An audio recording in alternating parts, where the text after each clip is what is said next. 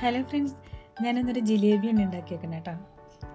Yellow colour ആയിട്ടുള്ളൊരു ജിലേബിയാണ് ഉണ്ടാക്കിയേക്കുന്നത്. അപ്പോൾ അതിന് വേണ്ടിയിട്ടുള്ള സാധനങ്ങൾ എന്താ വെച്ചാൽ, ഇനി കുറച്ച് പുളിച്ച മാവ്, ദോശയുടെ മാവ് എടുത്തിട്ടുണ്ട്. പിന്നെ ഒരു 3-4 സ്പൂണ് മൈദ എടുത്തിട്ടുണ്ട്. പിന്നെ അതിനകത്തേക്ക് ചേർത്തേക്കുന്നത് പിന്നെ സോഡ പൊടിയില്ലേ, ബേക്കിംഗ് സോഡ, അതൊരു 1/4 ടീസ്പൂൺ എടുത്തിട്ടുണ്ട്. പിന്നെ ഒരു 1/2 ടീസ്പൂൺ കോൺഫ്ലവർ എടുത്തിട്ടുണ്ട് കേട്ടോ. പിന്നെ ഇതിന് കളർ ചേർക്കാനായിട്ട് കളർ ചേർത്തിട്ടുണ്ട്, യെല്ലോ കളർ ചേർത്തിട്ടുണ്ട്. ഇതെല്ലാം കൂടി നന്നായിട്ട് കുഴച്ചൊരു ദോശ പരുവത്തിൽ ആക്കി കുഴച്ചെടുക്കണം. എൻ്റെ ഒരു ഫ്രണ്ട് ചോദിച്ചു ജിലേബി ഉണ്ടാക്കാൻ അറിയാമെന്ന്. അപ്പോൾ ഞാൻ പറഞ്ഞു ഞാൻ ഇതുവരെ ഉണ്ടാക്കിയിട്ടില്ല, ഉണ്ടാക്കി നോക്കാം എന്ന് പറഞ്ഞു. അപ്പോൾ ആ ഫ്രണ്ടിന് വേണ്ടി ഞാൻ ഉണ്ടാക്കിയതാണ് കേട്ടോ. ഫ്രണ്ട് ഇത് കാണുകയാണെന്നുണ്ടെങ്കിൽ കമൻറ്റൊക്കെ ചെയ്തോളൂ കേട്ടോ. പിന്നെ ഈ പുളിക്ക് വേണ്ടി ഒരു ഇത്തിരി തൈരും കൂടി ഞാൻ ഒഴിച്ചിട്ടുണ്ട്. എന്നിട്ട് ഇനി പഞ്ചസാര പാവ് കാച്ചെടുക്കണമല്ലോ.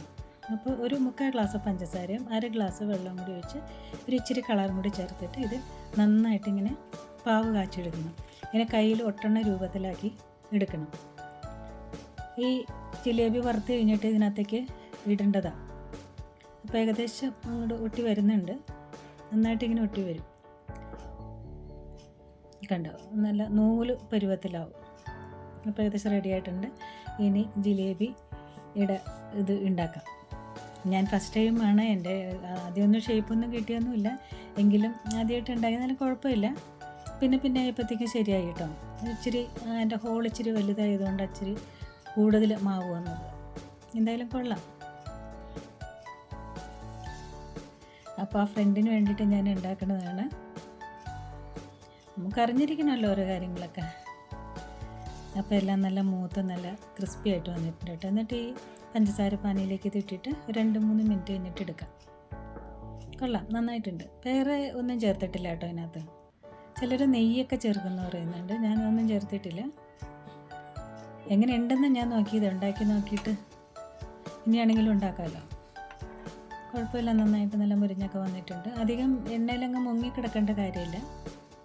അതുപോലെ ഓരോന്നും ഇതുപോലെ വറുത്തെടുത്തിട്ടുണ്ട് കേട്ടോ. ആദ്യം ഉണ്ടാക്കിയപ്പോൾ ഒക്കെ ഇങ്ങനെ ഇതായിപ്പോയി, പിന്നെ അത് ശരിയായി വന്നു. അപ്പോഴത്തേക്ക് മാവ് തീർന്നും പോയി. അപ്പോൾ ഇങ്ങനെ ഓരോന്നും ഇതുപോലെ നല്ല ഫ്രൈ ആയിട്ട് കിട്ടിയിട്ടുണ്ട്. പിള്ളേർക്കൊക്കെ ഭയങ്കര കാര്യമായിട്ടാണ്. വെച്ചാൽ മധുരമല്ലേ, നല്ല മധുരമാണ്. ജിലേബി എന്ന് പറയുമ്പോൾ തന്നെ ഭയങ്കര മധുരമല്ലേ, പഞ്ചസാര പാനിയിലേക്ക് ഇട്ട് കഴിക്കുന്നൊരു സംഭവമാണല്ലോ. പിന്നെ ഞാൻ ഒന്ന് ചെറുതാക്കി ഉണ്ടാക്കി നോക്കിയതാട്ടോ. വേറൊരു കവർ എടുത്തിട്ട് നേരെ ഇതായിട്ട് ഉണ്ടാക്കിയപ്പോൾ അത് ശരിയായി വരുന്നുണ്ട്. ലാസ്റ്റ് ഞാൻ പറഞ്ഞില്ല, ലാസ്റ്റ് ആയപ്പോഴത്തേക്കും ശരിയായിട്ടൊക്കെ വന്നു, കനം കുറഞ്ഞ് കിട്ടി. എന്തായാലും ഫസ്റ്റ് ടൈമല്ലേ.